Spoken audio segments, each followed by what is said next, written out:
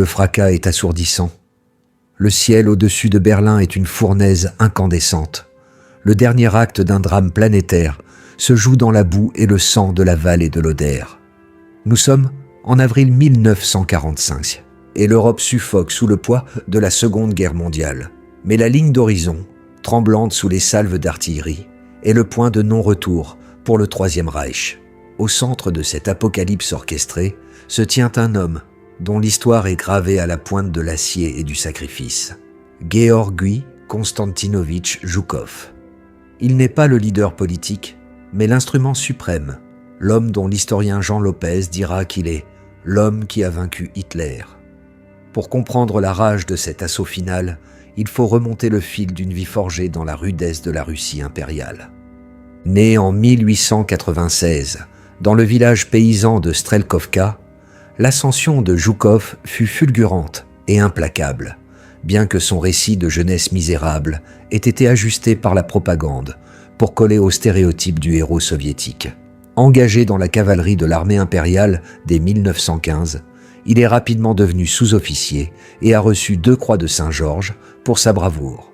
Lorsque la Révolution engloutit le vieil ordre, Zhukov plonge dans le nouveau, rejoignant l'armée rouge des ouvriers et paysans, RKKA, et le parti bolchevique, une adhésion cruciale pour sa carrière. Durant la guerre civile, il fait ses preuves, participant à la répression des paysans insurgés et se distinguant au combat, recevant l'ordre du drapeau rouge en 1921 après avoir eu 2 chevaux tués sous lui lors d'un affrontement contre les antonovistes.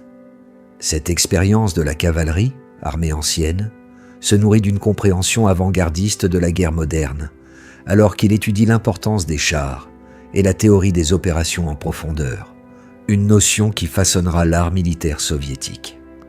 Le véritable baptême de feu, celui qui lui ouvre les portes du Kremlin, a lieu en 1939, aux confins orientaux de l'Empire soviétique, la bataille de Khalkhin-Gol en Mongolie. Face aux forces japonaises, il prend le commandement du 57e corps spécial de fusiliers et y met en œuvre les principes de la manœuvre blindée. Une offensive lancée le 20 août qui mène à l'encerclement décisif et à la capture des dépôts de ravitaillement ennemis.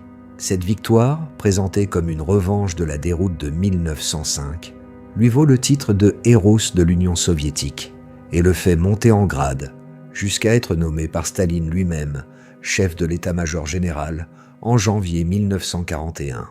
L'ombre du dictateur planait déjà sur sa carrière, un lien si puissant qu'il fut plus tard désigné comme le maréchal de Staline. L'été 1941 fut l'heure de vérité. Quand l'opération Barbarossa déchire les lignes soviétiques, le 22 juin, Zhukov, désormais le numéro 2 de l'armée rouge, est confronté à l'effondrement. Il devient le pompier de service de la Stavka. Envoyé d'abord au front du sud-ouest, il ordonne des contre-attaques avec les corps mécanisés qui sont taillés en pièces, ralentissant à peine l'avancée allemande. Mais c'est devant Moscou, à l'automne 1941, que son rôle devient décisif. Alors que la panique s'empare de la capitale et que l'encerclement menace, Zhukov prend le commandement des fronts ouest et de réserve, déployant des méthodes brutales, menaçant d'exécution les officiers qui reculent, mais rétablissant l'ordre. Le 7 novembre 1941, tandis que les troupes défilent sur la place rouge, sous la neige, avant de partir directement au front, Zhukov prépare sa riposte. Face au sol gelé qui permet aux panzers de reprendre leur progression, il lance la contre-offensive le 6 décembre 1941.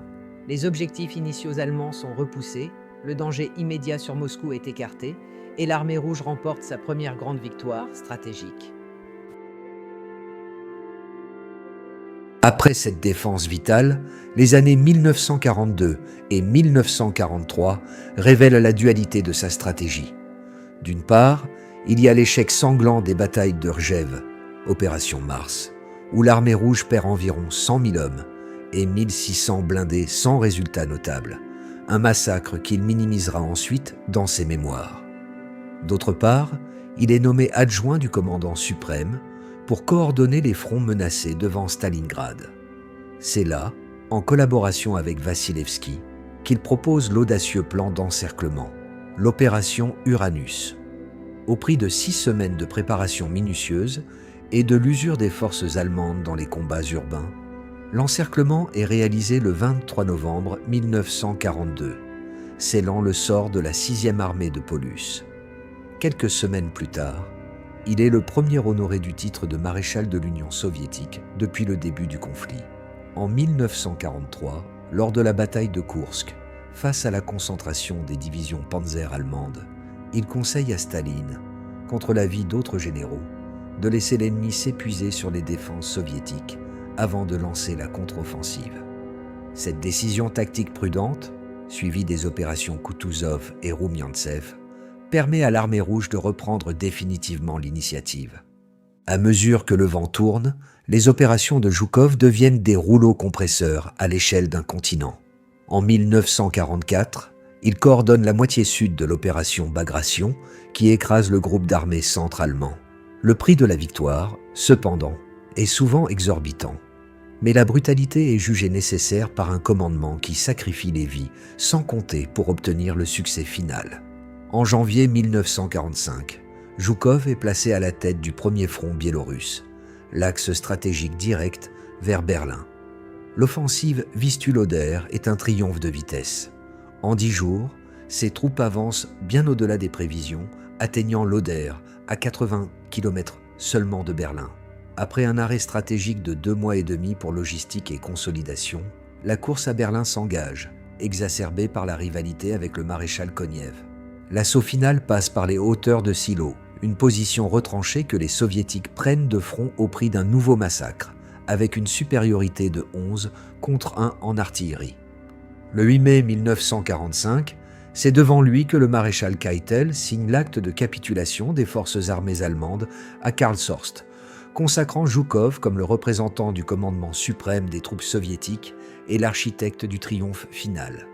L'apothéose est éphémère. En juin 1945, il passe en revue la grandiose parade de la victoire sur la place rouge, monté sur un cheval blanc. Mais sa popularité et son autonomie militaire sont jugées menaçantes par Staline, qui, méfiant, le limoge dès 1946 et l'envoie dans des commandements subalternes à Odessa, puis dans l'Oural. Humilié, il subit une accusation publique d'être un maraudeur après la saisie de nombreux biens de luxe pillés en Allemagne. Il faudra la mort de Staline en 1953 et le complot des dirigeants contre Beria pour que Zhukov retrouve un rôle politique clé, devenant ministre de la Défense et jouant un rôle dans la déstalinisation. Pourtant, son soutien à Khrouchtchev et son rôle dans la répression sanglante de l'insurrection de Budapest en 1956 ne peuvent masquer une popularité militaire trop grande et une autonomie jugée dangereuse par le parti. En 1957, craignant un coup d'État militaire, Khrouchtchev le démet de toutes ses fonctions et l'envoie définitivement à la retraite, le jetant dans une disgrâce finale.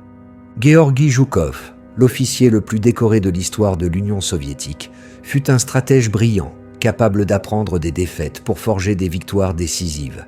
Il était le glaive nécessaire pour vaincre l'Allemagne, un homme capable de terrifier ses propres troupes pour obtenir l'obéissance, mais aussi de rétablir l'ordre et la discipline dans le chaos.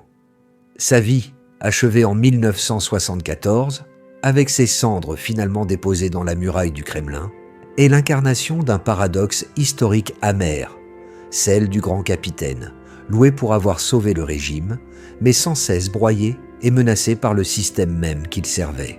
Il restera la figure tutélaire de la victoire, le maréchal de la tempête, dont l'héritage, gravé sur les champs de bataille de l'Est, rappelle que dans les guerres totales, la victoire exige parfois une brutalité qui dépasse l'entendement humain.